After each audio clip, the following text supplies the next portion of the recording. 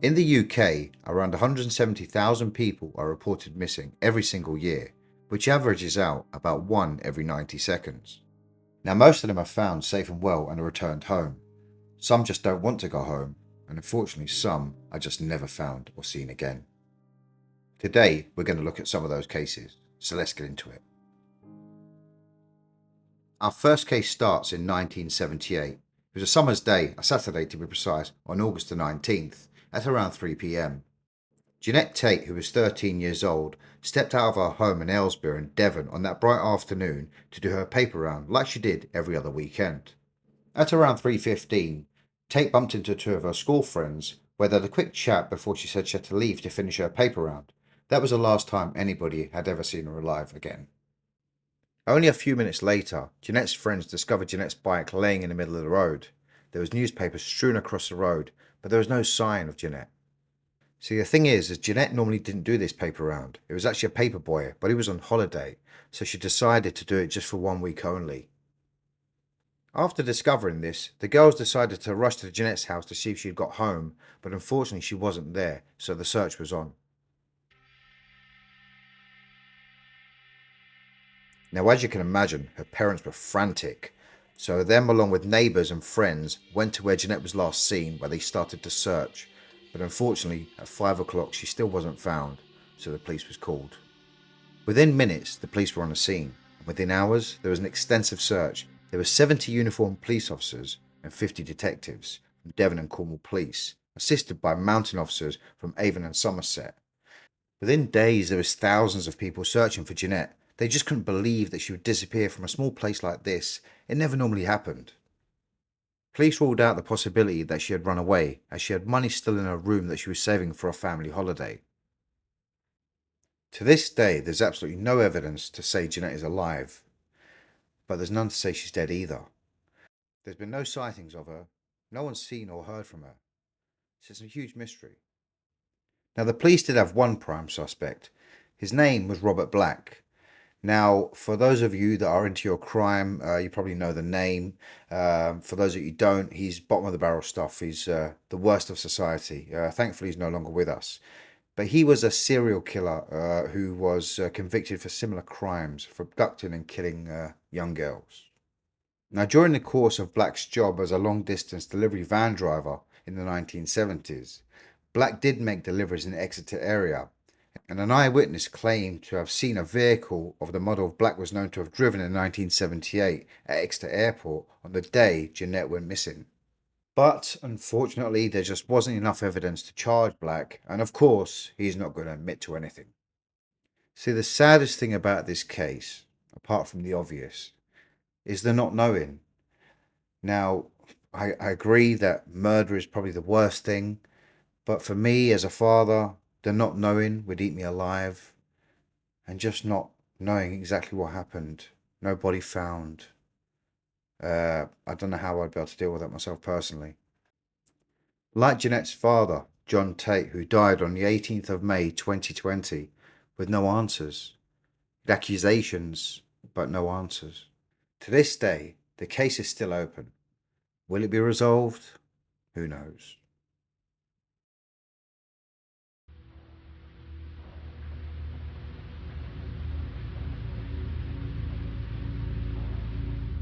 Daniel Entwistle was only 7 years old and 3'2" when he went missing in May 2003. He was last seen here on CCTV in a convenience store just after 5 p.m. on the 8th of May. He was so confident as he walked down the aisles. He was sent on an errand by his parents to get shopping. Once he returned home with the shopping, he asked his parents if he could go out on his bike, and that was the last time they seen him alive. It was a bank holiday Saturday, and although his father David did say he could go out, he did tell him not to travel too far from home. A few hours later, in the early hours of Sunday morning, Daniel's red bicycle was found by Trinity Quay, but unfortunately there was no sign of Daniel. On the day he disappeared, he was apparently spotted about 3:30 in the afternoon playing with a group of boys near the river at Trinity Quay. Then at 5:05, he's seen on CCTV that he was in a convenience store where he rushed home and then went back out on his bicycle, and that was the last time anybody had ever seen him alive. He was only 3'2", and he was a thin build with light brown cropped hair. In 2012, Daniel's father David done an interview about the case. He said he didn't know if he was alive, didn't know if he was dead. He could still be alive and somebody may have taken him. He could have fallen into the river. He just didn't know, and there was no closure. 3 years later, in 2015, David passed away aged 53, not knowing what happened to his son Daniel. Now, it's been over 20 years since Daniel disappeared. I know his family haven't given up, and I know the police haven't given up. But will they find him, or will they know what happened to him? Who knows?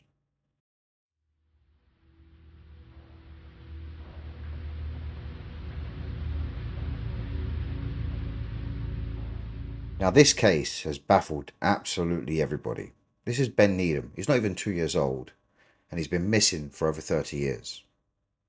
Back in 1991, Ben was staying with his family on the Greek island of Kos, where his maternal grandparents had a home in a village in Herakles near Kos town. He went missing on the 24th of July, 1991. On the day of his disappearance, Ben had been left in the care of his grandparents while his mum went to work in a local hotel. Now, he was playing outside the farmhouse when he disappeared at around 2:30 p.m. When the adults realised he had disappeared, they contacted the police.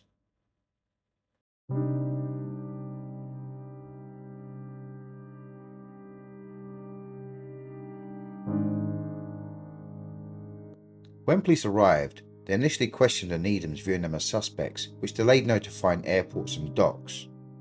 But over the following 11 days, searches brought nothing. Police said that they now believe they had searched every possible part of the area, and the boy is not there. It left them with great mystery. Now, over the years, and there's been over 30 years now, there's been over 300 reported sightings of a boy matching Ben's description, but unfortunately, they all come to a dead end. Now, it's absolutely amazing what could happen if you're not paying attention. If you're not looking within 2 minutes, your entire world could change. Over the years, police have also brought out age progression images. This is one of the latest ones from 2022, where he'll be in his 30s now. Technology is amazing, but will they ever find him? Who knows?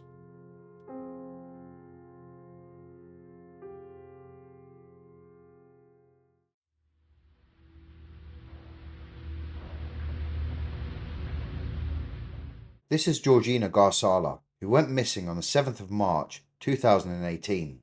The mother of two left her mum's house at around 9:30 a.m. that morning.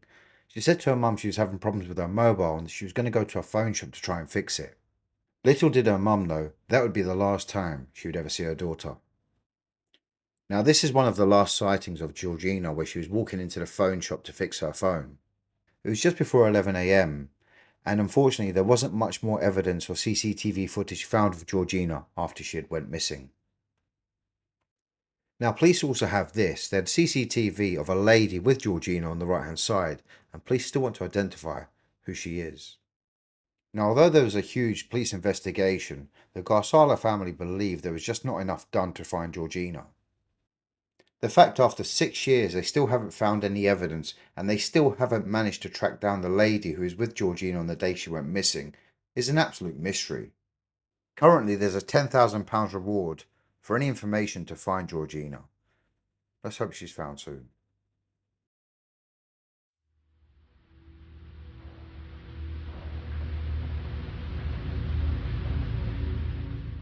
Now, it was once quoted that LMA Tank was the most famous man on YouTube. The way he disappeared and the fact that he's never been seen again is a mystery. Born in 1986, he went missing on the 8th of July 2014. He was 28 years old and he went missing from Varna in Bulgaria.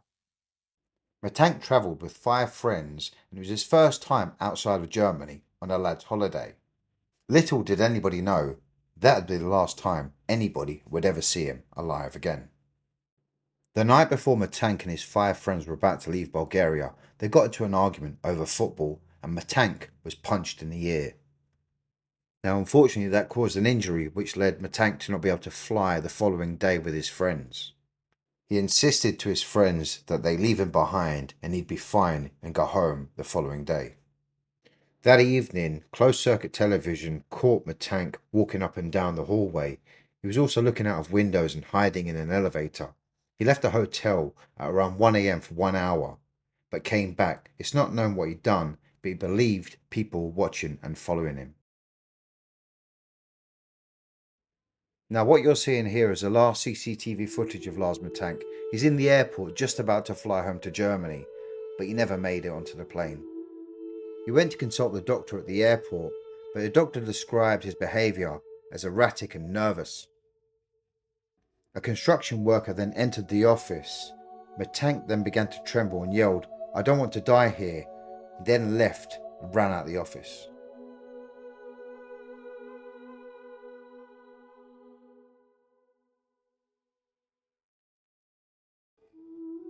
Here you will see Tank running into the forest, and that there is the last time Tank was ever seen again.